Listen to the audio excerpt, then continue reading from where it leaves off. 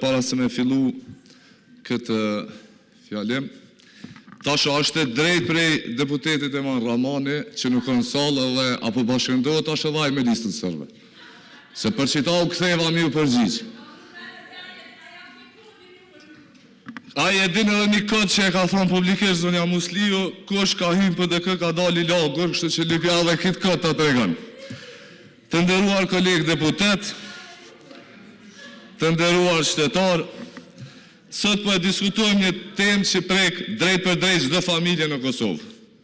Çmimin e naftës, kostën e jetesës dhe stabilitetit ekonomik. Si zakonisht, opozita përpiqet ta thjerëzojë një çështje komplekse në një akuzë të vetme që qeveria nuk po ndryn.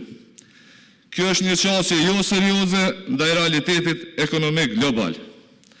Së pari duhet ta kuptojmë kontekstin. Çmimet e naftës, të nderuar kolegë deputet, nuk caktohen në Prishtinë, por në tregje ndërkombëtare. Zonja Bajrami, nëse mundeni ju lutem, pastaj mund edhe të replikoni, për ndryshe mujna me ju një diskutim. Pas pandemisë dhe sidomos pas krizës energjetike të shkaktuar nga lufta në Ukrainë dhe së fundi luftës në Iran, çmimet e energjisë dhe naftës janë rritur në gjithë botën. Nga vendet e Bashkimit Evropian deri në rajon, qytetarët janë përballur me të njëjtin presion. Në këtë situatë, qeveria udhëhequr nga lëvizja vetëvendosje dhe kryeministri Kurti nuk kanë qëndruar duar kryq.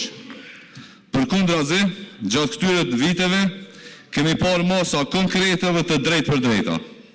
Subvencione për energjinë elektrike, subvencione për të mbështetur sektorin privat dhe bizneset, paketat e njëpasnjëshme për qytetarët në nevojë, rritje të pagës minimale dhe të disa kategorive të pagave në sektorin publik, shtesa për pensionistët, shtesa për fëmijë, shtesa për nënat leona, paga e 13 të cilën e kanë marrë gjatë kësaj jave dhe mbështetje për bujqit, ku më herët e ngritët si temë, vetëm në vitin 2025, bujqit janë përkrahur me mbi 7 milion euro për naftë dhe për pullin e tyre.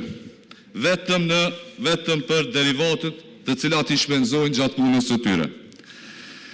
Vetëm në paketat e përballës me inflacion, qeveria ka ndarë qindra miliona euro për qytetarët. Dhe le të kuptojmë diçka tjetër.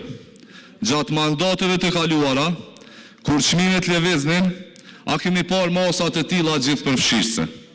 Apo kemi parë vetëm mungesë transparence, vendime të vonuara, e falje të borxheve për bizneset të caktuara në kohë pandemie e asnjë mos mbështetëse për qeveritë saj përket qytetarëve.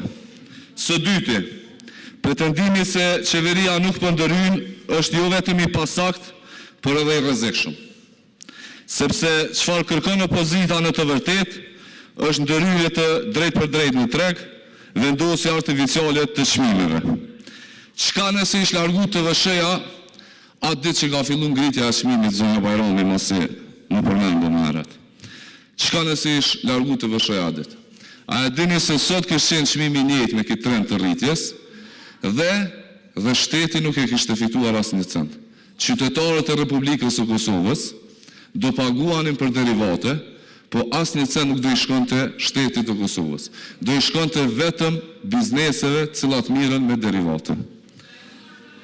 Këto janë politika që në afat shkurt mund të duken të mira, por në afat gjatë krijojnë mungesa, destabilizim dhe krizë të mëdha.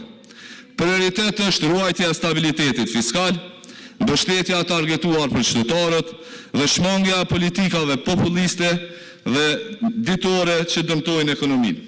Dhe rezultatet janë të matshme. Rritje ekonomike që në disa vite ka qenë ndër më të larta në rajon, të hyrat më të larta buxhetore, formalizim më i madh i ekonomisë, rritje e eksportit dhe ulje e borxhit publik. Po, inflacioni ka ekzistuar si kudo në botë, por Kosova nuk ka përjetuar as kolaps ekonomik, përkundrazi ka ruajtur stabilitetin. Së treti, duhet të jemi të sinqert me qytetarët. Çmimi i naftës ndikon në kostën e jetesës, por nuk është faktori vetëm.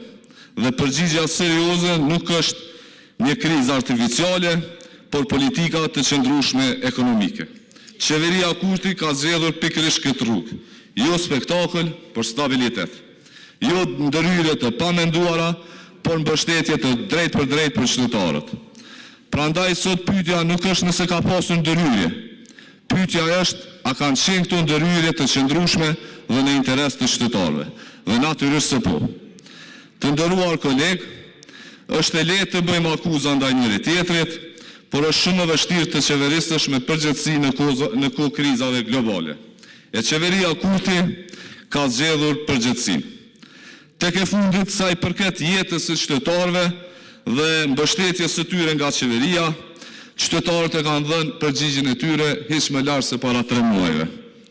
Qytetarët po presin të shohin se sot do të jemi të përgjegjshëm bashkarisht para sfidës për zgjedhjen e presidentit. Asgjë nuk ka ndryshuar brenda këtyre 3 muajve, bënojmë të bindur. As ngushtica e Hormuzit nuk gjendet në Kosovë, e as nuk kemi ndonjë krizë siç po pretendoni këtu, por është më se e qelluar dhe më se e duhur që TVSH-ja nuk duhet të largohet për momentin, sepse humbin qytetarët e Republikës së Kosovës. Kote keni me akuza e kriza artificiale. Kemi një sfidë tjetër përpara, të cilën uroj ta zgjedhim së bashku. Faleminderit shumë.